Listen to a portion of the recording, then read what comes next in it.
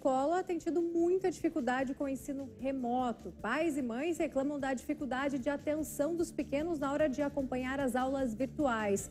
Só que os especialistas alertam que mesmo à distância, essas aulas são importantes nessa fase dos pequenos. Em frente ao computador, o pequeno Alexandre segue as orientações da professora. Que cor que a prof pediu para pegar?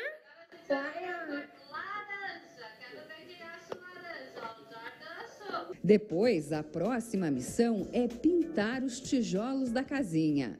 Olha, para pintar a casinha. Vamos pintar, mãe? Vamos. É o primeiro ano do garotinho de 3 anos na escola. Tudo estava em fase de adaptação quando chegou a pandemia. Em casa, agora, as atividades acontecem com a ajuda da mamãe. É bacana, a professora conta história, canta música, eles tentam entrar, mas como o clima é de casa, a idade deles é pouca, então acaba que eles se distraem com qualquer coisa. A gente tem que estar disponível. As crianças que ficam sozinhas não prestam nem um pouco de atenção. Manter a atenção dos pequenos voltada para a tela não é tarefa fácil, mas esta tem sido a forma encontrada por muitas escolas para chegar à casa das famílias nesta época de isolamento social. Na educação à distância, a gente não discute ensino, a gente discute aprendizagem.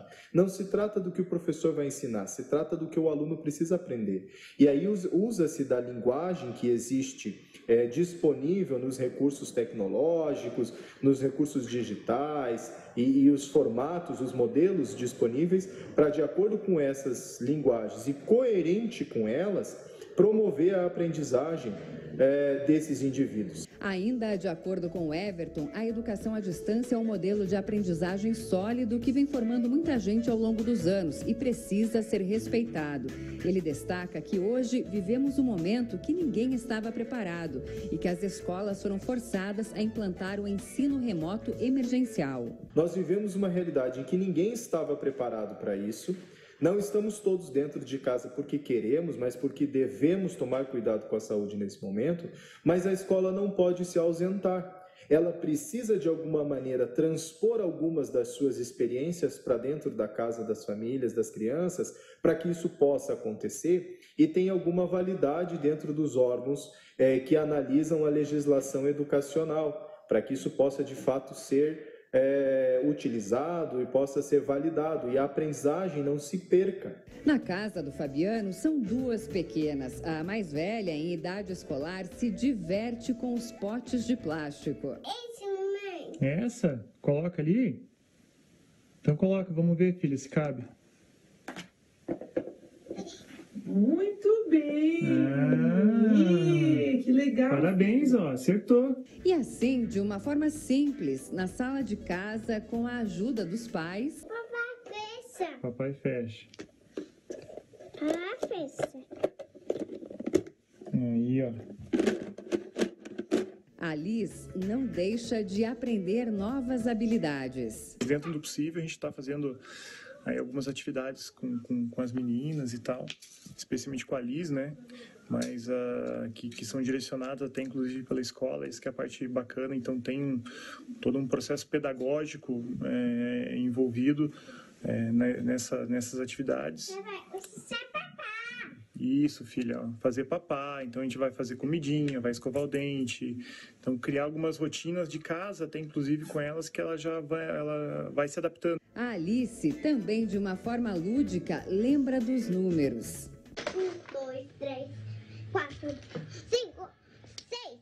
Aqui na fora ficou 6. Já aqui, a menina de 4 anos aparece com roupa de chefe de cozinha. Enquanto o bolo que ela ajudou a preparar assa, a pequena dança uma música em francês.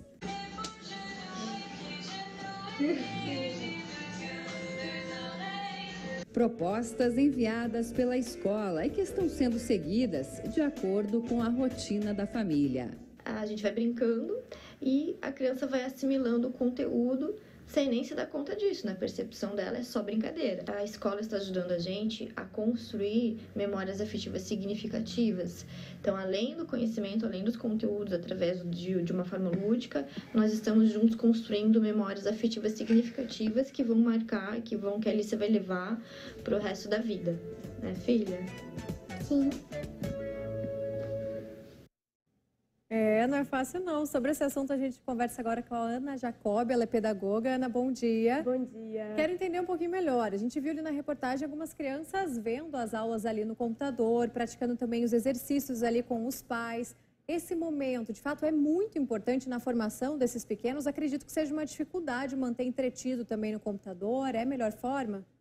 Eu acredito que os encontros virtuais não são tão necessários assim para as crianças, até porque essa exposição aos aparatos tecnológicos não são recomendados por mais de 1 hora para as crianças muito pequenas, mas eu acredito que é de extrema importância que a escola estabeleça esse diálogo, orientando os pais de como organizar essa rotina com a criança em casa. É muito importante que a escola se abra para cada família, porque elas são diferentes, e que ajude as famílias a se organizarem em casa uma rotina que funcione de verdade para a criança se desenvolver. Que ela passe mais tempo brincando e interagindo, que são os eixos que são propostos pela lei, do que ficar na frente do computador. A professora vai ter que emprestar o conhecimento dela para os pais de como estar com a criança de uma forma significativa.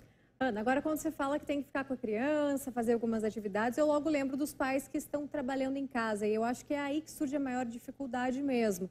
Praticar essas atividades, cuidar ali da criança. Era uma criança que antes ficava na escola durante a tarde. Então, assim, não é uma tarefa fácil e o pai também não tem que se culpar por isso, mas tem que tentar se adaptar de alguma forma. Exato. Por isso que eu acho muito importante a gente ressaltar que a escola não precisa oferecer atividades para as crianças fazerem com os pais, porque isso vai demandar material, vai demandar tempo, vai demandar atenção.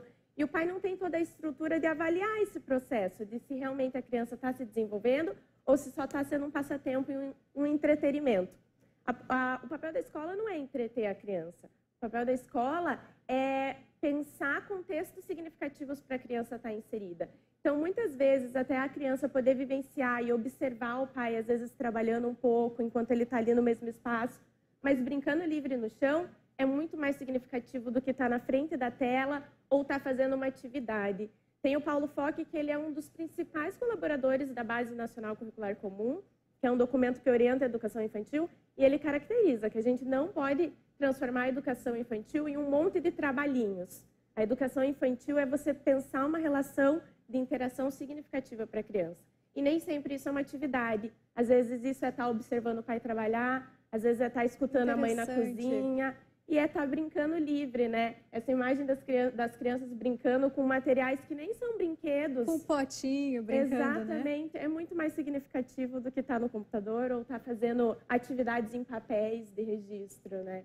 E, Ana, eu quero até te perguntar uma coisa, em relação a essas crianças que estão ali brincando com o potinho, estão se desenvolvendo de alguma forma, tem alguma orientação para os pais? Como é que eu posso dividir essa rotina do meu filho? Porque são muito pequenininhos. Quando tem uns 12, 13 anos, fica ali sentadinho, assiste na marra a aula, tem que assistir. Mas e os pequenininhos, assim, que rotina estabelecer? Tem alguma dica nesse sentido? É claro que a orientação principal deve vir da escola, mas você, como pedagoga, tem alguma orientação? Eu acho que os pais não podem perder de vista a necessidade de você ter uma rotina, considerar o que você tem em casa.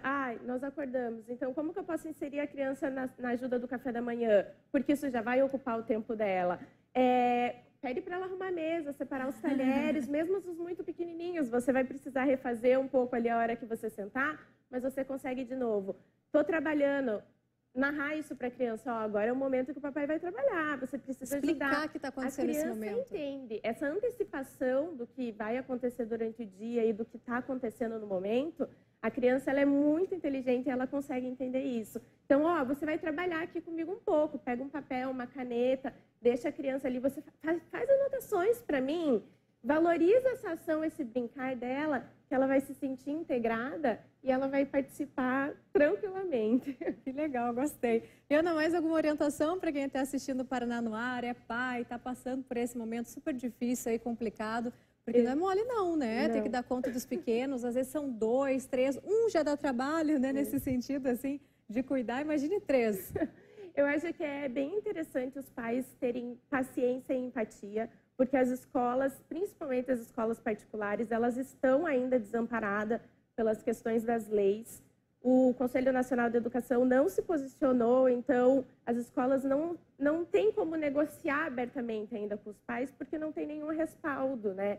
Então, empatia dos pais nesse sentido e busquem as escolas abertas para o diálogo, peçam ajuda, porque eu tenho certeza que tanto os professores quanto a parte administrativa das escolas querem ajudar os pais, mas eles também estão assustados. Com certeza. Ana, obrigada pela tua participação. A gente se vê. Obrigada. Até.